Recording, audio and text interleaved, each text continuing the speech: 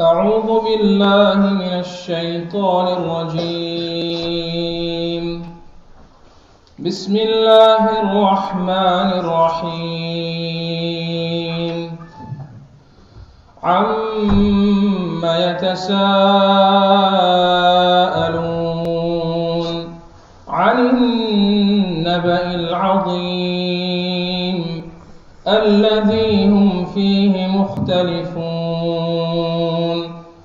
كلا سيعلمون ثم كلا سيعلمون ألم نجعل الأرض مهادا والجبال أوتادا وخلقناكم أزواجا وجعلنا نومكم سباتا وجعلنا الليل لباسا وجعلنا النهار معاشا وبنينا فوقكم سبعا شدادا وجعلنا سراجا وهاجا وأنزلنا من المعصرات ماء ثجاجا لنخرج به حبا ونباتا وجنات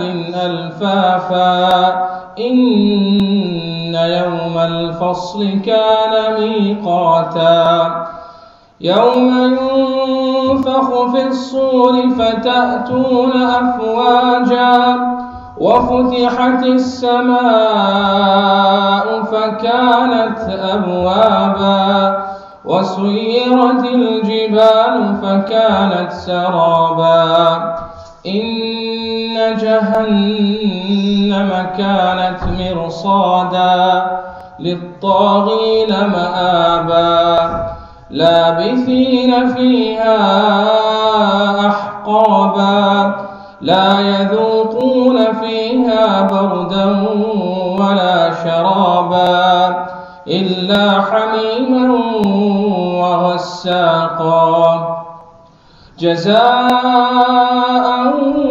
وفاقا إنهم كانوا لا يرجون حسابا وكذبوا بآياتنا كذابا وكل شيء أحصيناه كتابا فذوقوا فلن نزيدكم إلا عذابا إن للمتقين مفازا حدائق وأعنابا وكواعب أترابا وكأسا دهاقا لا يسمعون فيها لغوا ولا كذابا جزاء من ربك عطاء حسابا رب السماوات والأرض وما بينهما الرحمن لا يملكون منه خطابا يوم يقوم الروح والملائكة صفا لا يتكلمون إلا من أذن له الرحمن وقال صوابا ذلك اليوم الحق فمن شاء اتخذ إلى ربه مآبا إنا أنذرناكم عذابا قريبا يوم ينظر المرء ما قدمت يداه ويقول الكافر يا ليتني كنت ترابا صدق الله العظيم.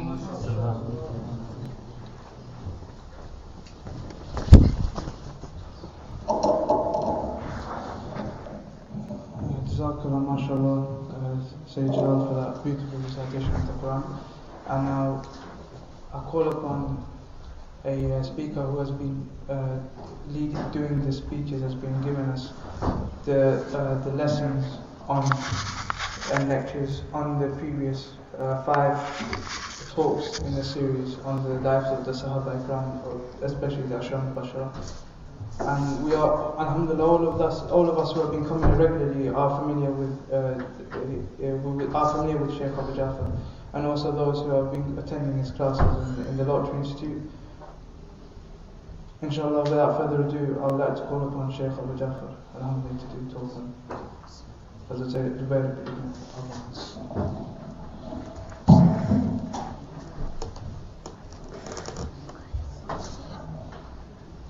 الحمد لله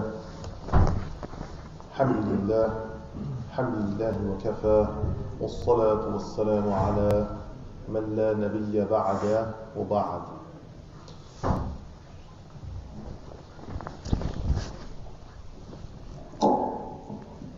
If we look back in history and examine history,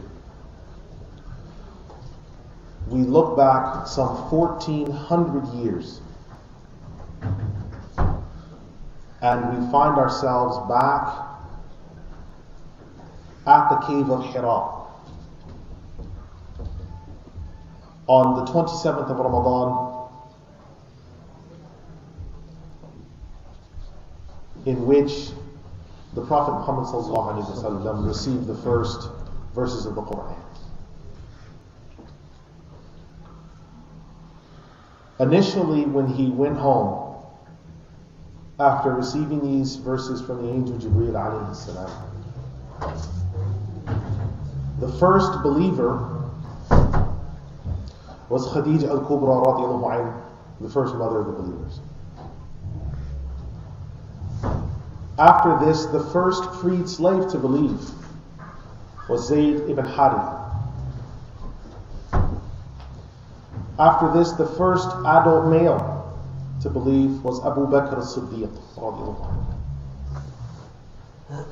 After this, the first child to affirm his message was Ali ibn Abi Talib at 8 years of age, who wound up leaving home with his father Abu Talib to come live with the Prophet ﷺ. Now, Abu Bakr as-Siddiq had a market in which he sold incense, food, like fruits, vegetables, other foodstuffs. And he had been given permission by the Prophet ﷺ to preach this faith. I say this because it is important.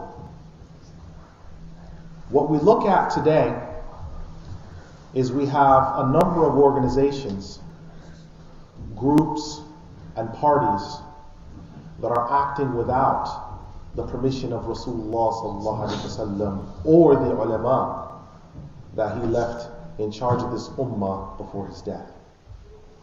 And so because these people don't have permission, you will find people starting organizations, people with tables outside of masjids or outside of takeaways, doing the dawah and taking it upon themselves. But this is not the way that Islam was handed down to us, where we sort of have a DIY, Bob Vila way of transmitting this religion. This religion was transmitted by the permission of the Prophet ﷺ to his ulama, and then transmitted from them all the way down. So Abu Bakr as-Siddiq radiallahu anhu preaching to the people was upon command and permission of the Rasul ﷺ. I say this statement and emphasize it because if you look at the people that are coming into the midst of our masjids and these places now, many of these people are the product of people who were preaching the faith without permission to even present it to people, much less knowing about the conditions and the undergirding aspects of it. So from the very beginning, Islam was set down with proper teachers. Not a set of 50 books, take these, read them, and tell me what you think. Not pamphlets, not debates on Pal Talk and internet forums like cowards, but men